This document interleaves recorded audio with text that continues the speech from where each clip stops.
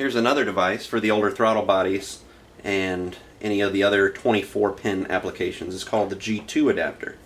It comes in two flavors. One is 0.6 inch leg spacing, as shown here. There's also a 0.45 inch leg spacing you can custom order. This applicable for some of the Grand Nationals. Primarily you're going to be using the G2 with a 0.6 inch spacing. This one shown already has the chip inserted, and as you can see there are extra pins on the top for the 28 pin, and that is the same end as you see the notch on the chip. Now if we look at this installed in an ECU, this is an 870 ECU, and this is used on like 1985 Corvettes.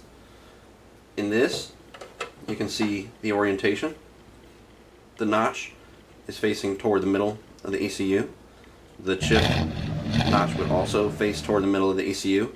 This is the same orientation that was represented by the original chip.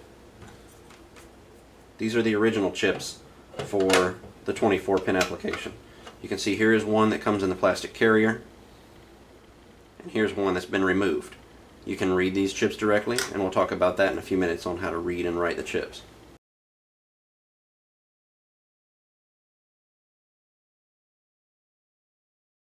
Alright, we're going to take this old GM computer apart. It's from an 85 Corvette tune port. This is a 24 pin application. We've already taken the case off. It's going to be a G2 install. These screws come out, and you take the chip out, and then you can grab a hold of it and just pull that plastic thing off. What we're going to do, we're going to turn this upside down here, and these pins, this shows a 0.6 inch spacing. If this were a old Grand National, it would show 0.45 inch spacing. But this is the part that we're going to clean this up. We're going to desolder these pieces, and we're going to solder in the G2 adapter so we can use the flash chip. So we're going to go now and use this carb cleaner here to clean it off. This is like what is this stuff? It's just a mixture of chlorinated stuff, so it's nice and clean and doesn't leave any residue, and it doesn't corrode anything, and evaporates nice. So here we go.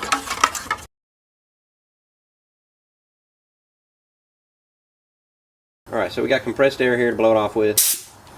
We got the carb cleaner to clean the goo off of this so we can get a good clean desolder. We've got an old toothbrush here, not one you want to reuse on your teeth after, but you can scrub right here to loosen some stuff up. So we'll go ahead and spray this, get a little wet, and then you can just get this to clean up around the solder points that you're going to be cleaning off. Makes it a lot easier later. And then you flush it. You really want to flush this stuff out with a solvent, and then blow it off with this. Of course, you can get it final dry and get any debris, but the main thing you want to just displace that off of there.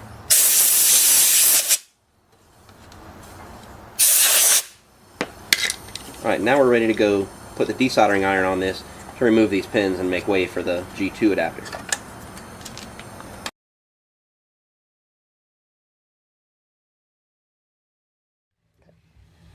Alright, this is a G2 installation. We're going to remove the stock pins. We've already removed the plastic cover around here.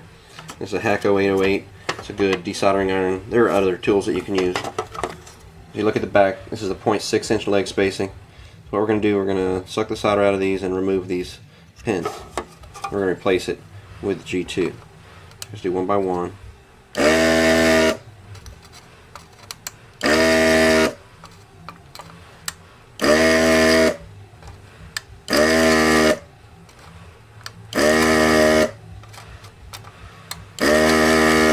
So we wiggle it around, and that kind of keeps it freed up as it cools as we draw it off gradually. And that'll leave you with a pin that's free in the hole that you can remove easily.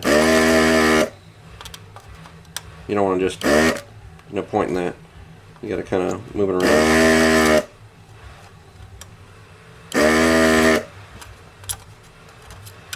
Some of these end holes have a little heavier solder, so you want to apply more heat.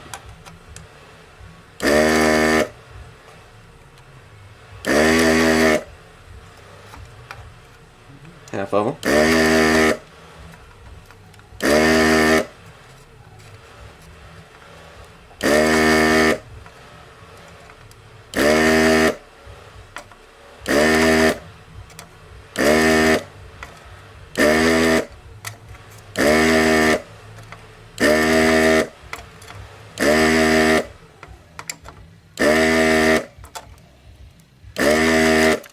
Alright, that's all of them. We're going to put the desolder in there. Now we're just going to take the pins, and you can just kind of move your finger back and forth and usually get them all knocked loose from the side, and it makes it nice and easy that way. If there's one that hangs up, you might want to come back with the iron and hit it again, and maybe even add some solder and suck it out again. But that gives you everything been removed. You see all these pins, we want to make sure these all get taken out. You might even want to count the pins to make sure they're all accounted for. Now we're ready to install either a socket or the G2 adapter.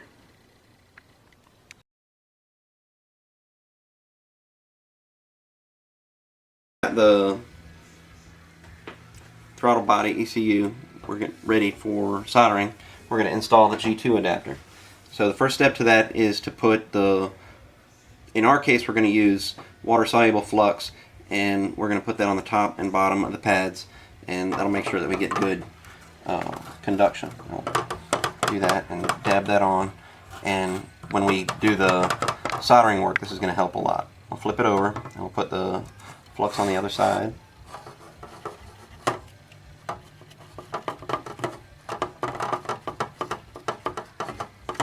Alright, and now we're going to insert the G2 adapter and get it ready for soldering.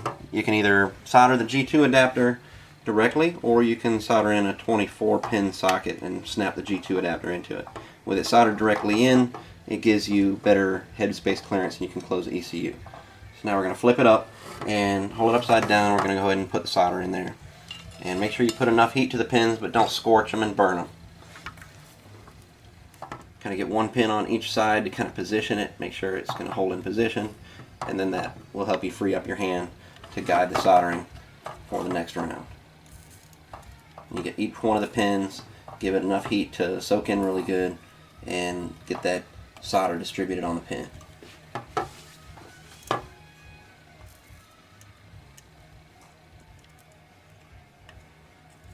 Some pins take a little more heat depending on what they're connected to, so.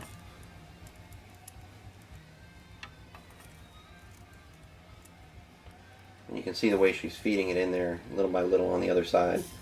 And see how she's feeding it into the pin, not the iron, and that helps. You heat the pin and then use the pin to melt the solder, and that helps it do a better job of wicking in and making the connection.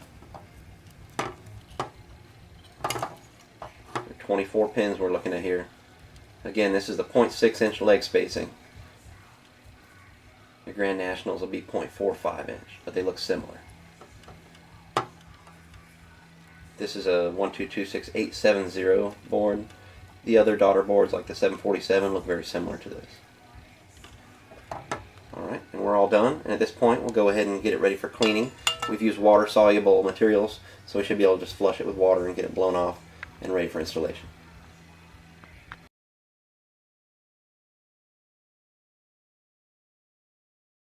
Okay, alright, now we're ready to flush this water-soluble material off with the water. If you were to have used rosin, coal, or something like that, you would need to use a solvent such as the carb cleaner we were using earlier. Alright, here we go. We're just going to flush it off here and also on the top, because we also had flux on the other side, and get that clean. And then we're going to blow it all out, make sure there's no moisture left over. Just to be sure, we're going to go ahead and pull this out of its case.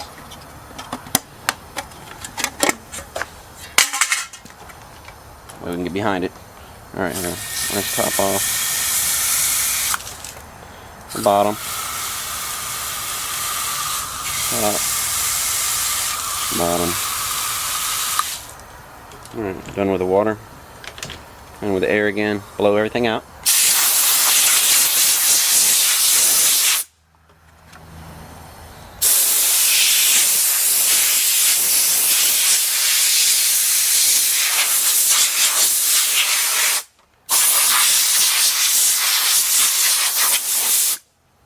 You can get a close-up here now. You can see that these pins are nice and clean. There's no residue left, and we're ready for installation.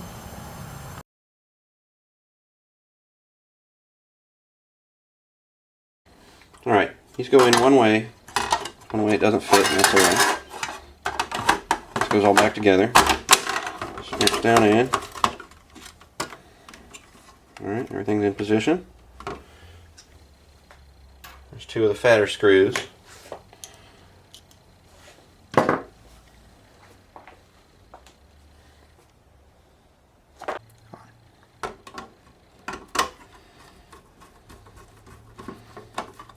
Alright, put that together there.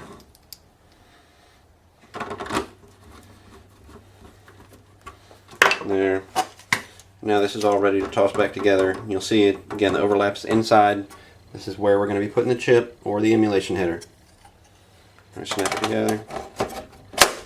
We put our screws back in and we'll be ready to go.